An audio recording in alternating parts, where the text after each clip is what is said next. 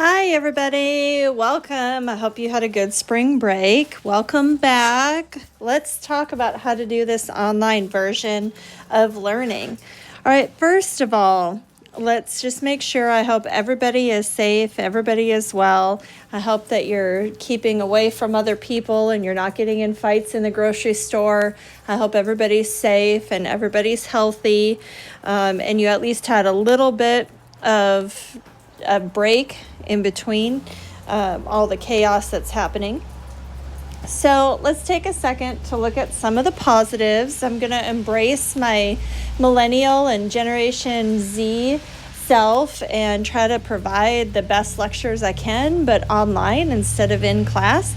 So I'm posting this video so you can get an idea of what lecture is going to look like. And let's work our way through some of the changes that we're going to see in the course. So let's take a second for a couple positives. First of all, I'm sipping my coffee and I'm still in my bathrobe. Isn't that awesome? I hope you guys are too. Maybe you're still in your jammies while you're watching this video. That's kind of a positive. We don't have to get dressed and go to class. That's kind of fun. And second, check this out. I've never been able to do this on the board, but I now have a sparkle pen. Okay, life is pretty good. We're going to try and make the best out of this crazy situation. So let's work our way through how we're going to handle the class and what's different about this class than how we've already been running our class. So welcome. I love my sparkle pen. As you can see, I'm on an iPad and I'm going to draw and record myself. So as we get going through the class, you're going to have a series of 3 or 4 videos later today that are lecture topics, and they'll be exactly like this. So you can grab your pencils, grab your colored pens, grab your notebook, exactly like you were in class. The only difference is that you're not going to see me. You're just going to see me writing on my iPad, which is really all for the better. Again, I'm still in my bathrobe. All right, so let's tackle how we're actually going to run this class. So we've got exam 3. We left the class right before spring break, almost ready to take exam 3. We were going to have a nice review day today, and then we were going to take our exam Wednesday through Sunday after spring break. So we don't quite have that luxury. We lost a week. So I would still like to start the test this week. I'd like to start the test Wednesday. We're just 1 week behind, so we'll have to adjust our calendar as we go. I'd like to start the test Wednesday, and I'll probably let us have through Sunday. But this is not our biggest agenda item. Our biggest agenda item is figuring out how in the world we're going to make this happen. So we've got a couple of issues. The first one is that campuses are totally closed. So how do you administer exams and submit papers like we do if your entire campus is closed? So we could scan an email and do everything take home. But that volume is quite large, and I don't want to assume that y'all can actually scan and email back 20 pages. So we're going to do a combination approach to all of this. What I'd like to do is actually change just a little bit of how we grade and test and what we submit. So we're going to keep that first Blackboard quizzes you guys have already done. You've already had 1, 2, and 3 that are up on Blackboard. I'll go double check those. I think if we're missing 2, then I'll make sure that we have that. But I'm going to go ahead and up the points for that and make sure that that's 20% of our grade. And remember, you get unlimited chances on those. I want you to practice taking some tests on Blackboard, because the only way I can figure out how to give regular exams in here is to break them up into 2 parts. So the first part will be an actual Blackboard exam. I'm going to take the exam I'd already written for you guys, and I'm going to convert a group of that exam to Blackboard. So I'm excited to do this. I mean, y'all will get immediate feedback. You won't have to wait for tests to be graded. They'll be graded right there online. I don't want it to be your entire grade, because that's not quite my style. They won't all be multiple choice, but somewhere in there you have to have the answer given to you already. And you know how I feel about that. It's not my favorite. So we'll do 40% as that regular Blackboard test. I may give 2 chances on this first one because it's kind of a new format for us. The 4th and 5th exam, I may not do that, but on this one, I'll probably give 2 chances to take that. But it will be timed. I'm going to give you 3 hours to do it. And it will be, I'll take the higher of the two grades, but keep in mind that if you do it a second time, Blackboard only recognizes that most current score. So if the first score was higher than the second score, if you ran into some internet issues or you had some problems, you may need to screenshot that score. I won't know that. I'll only know the latest attempt. So maybe keep in mind your score. You have to maybe screenshot that and send it to me if you take it twice. So on this Blackboard version, we have 2 issues. First and foremost, our actual exam format will be quite different. It will be a version of sort of multiple choice and fill in the blanks.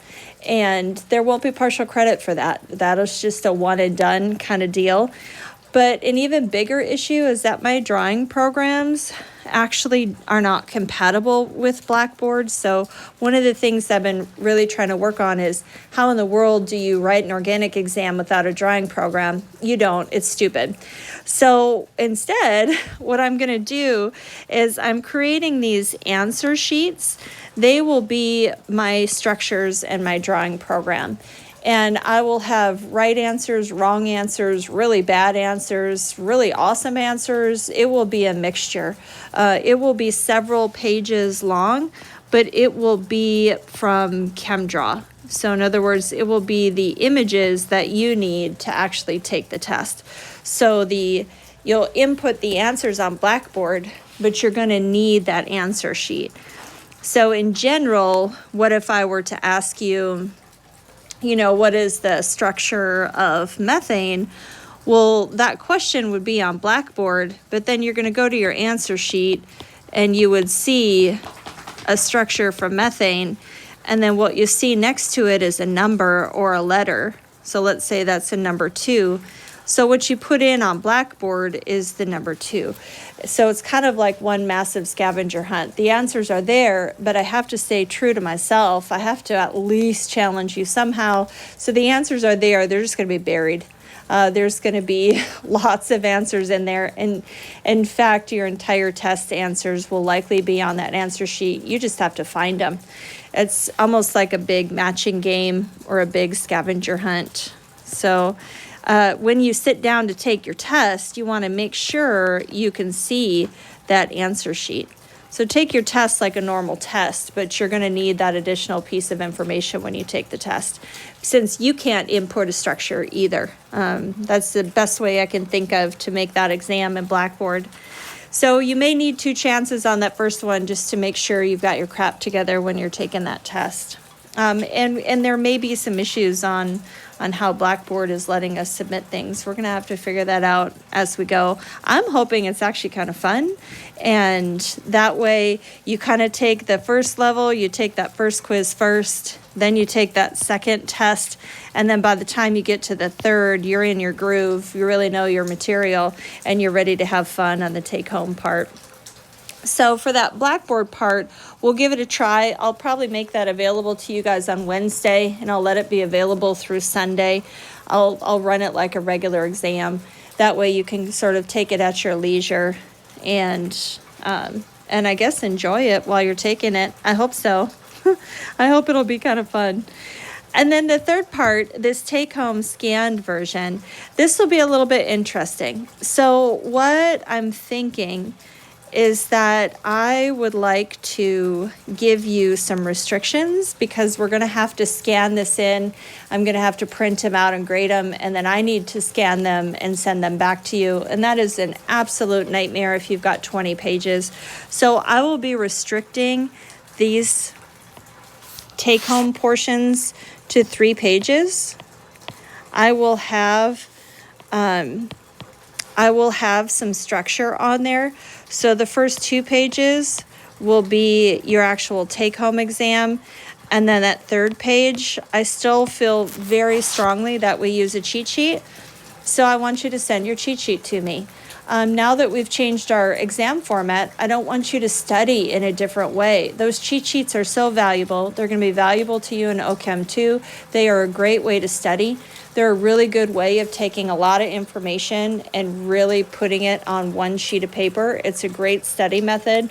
So I'm not going to skip that part. I would like you to literally scan in your cheat sheet and send it to me. And then I'm going to send it right back with the other 2 pages that I grade partial credit. And those will be our synthesis questions and some of our mechanism questions. They will be on that structured 2 pages. Now, I know a lot of you like to take your tests on scratch paper. That's totally fine, except you turn right around and keep your answers on that 2-page that I give you on Blackboard. Again, I have a couple hundred students this semester. Scanning all of your scratch paper and sending it to me is going to be an absolute nightmare. So I'm going to have some structure there. 2 pages plus your cheat sheet. And all of that will be due on that deadline of Wednesday to Sunday also. So in theory, I would start with your quiz, which I think you've already done. Then I would work my way onto the Blackboard test. And then I would take the take-home portion. I would do those in order. Okay. All right, let's move on to lecture format. I think you're probably getting the vibe that I'll be posting videos that are like what I'm doing now. So I'll be writing on my iPad and I'll be talking over those. And again, Sparkle pen. What? Isn't that fun? And you could be in your jammies. Now, the awesome part about having the iPad lectures for you is that you can watch them at your leisure. So literally, I will be posting these. You do not have to watch them during class time. You don't have to come to a class. There's no class to come to. So you can watch those videos 3 times, 1 time. You can watch them at midnight in your jammies. You can watch them at 6 in the morning while eating breakfast. You do you when it comes to the videos. So you can watch at your own leisure.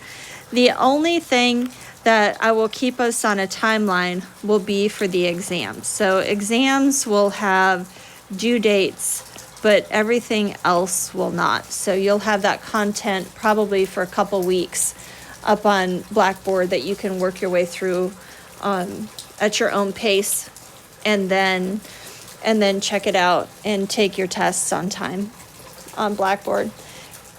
Okay, and then third, what about our homework? Homework will stay the same. I've already got your homework sets posted. I should be able to scan and post answer keys. I think you already have answer keys for 1, 2, and 3.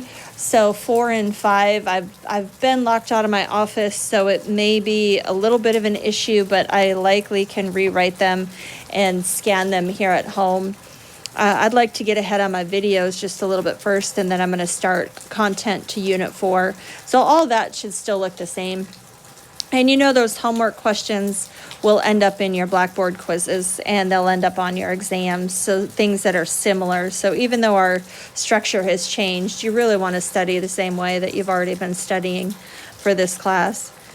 Now, office hours is a big one. I'm not quite sure what I'm going to do for office hours just yet. So far, for office hours, I've tried Google Hangout just a little bit, and it works fine if we're just projecting ourselves. But as soon as I try to answer a question and show my screen, I end up freezing.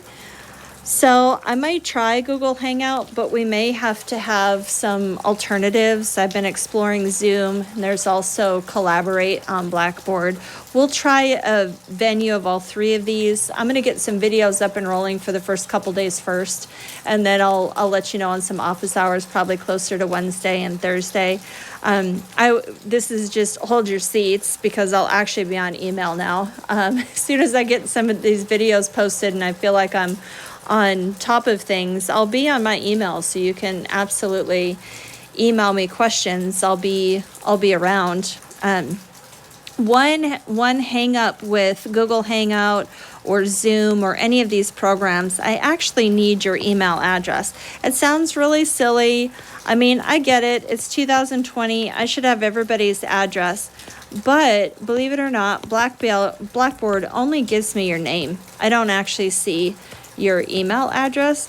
So what I'd like to figure out for you guys, I want to put together a spreadsheet of everybody's email address. So I may post a Google Doc, or maybe we email me with your email address. I'm not sure how to do this. You guys are probably faster at that than I am. Maybe there is a Blackboard forum. Oop, that says forum.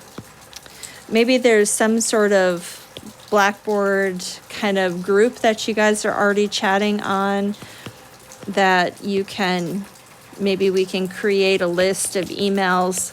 I would love some help with that if anybody feels like they want to tackle that one. I am not in on those group discussions. If you would like me to be in on those, just invite me in. Otherwise, I assume they're for students to complain about me, so I don't actually go in on them. But if you guys are discussing things and you want me to be in there so I can help answer questions, invite me in. Otherwise, I'll stay out of that, and you can just direct your questions to me on email. So we've got a lot to figure out. We'll be a little bit flexible this week in trying to figure things out. I have noticed something on email. So from now on, I need you guys to email me separate, not reply to Blackboard. I will be posting an awful lot on Blackboard, and it's very tempting to reply to that. But if you can try not to reply under those general Blackboard announcements, the problem is I don't see them, and I don't know that you've emailed me. They go into a large queue, a big long running list of emails from students, and I don't know to go look for you or your email. So if you could actually just make sure you email me separately, I will see that right away. That will be much easier than emailing me on Blackboard. All right, so what do you think so far? This is what our lectures are probably going to look like without the Word file. I will post this Word file, or if I start with a chem draw and I start with structures, I will post those also so you have those to see. Hopefully this semester is just as fun as if we were in person, although I know I will miss you guys. You're my rowdy class, and I love it. So we'll try and find a way, whether it's Google Hangouts or something, to have some rowdiness in our lives.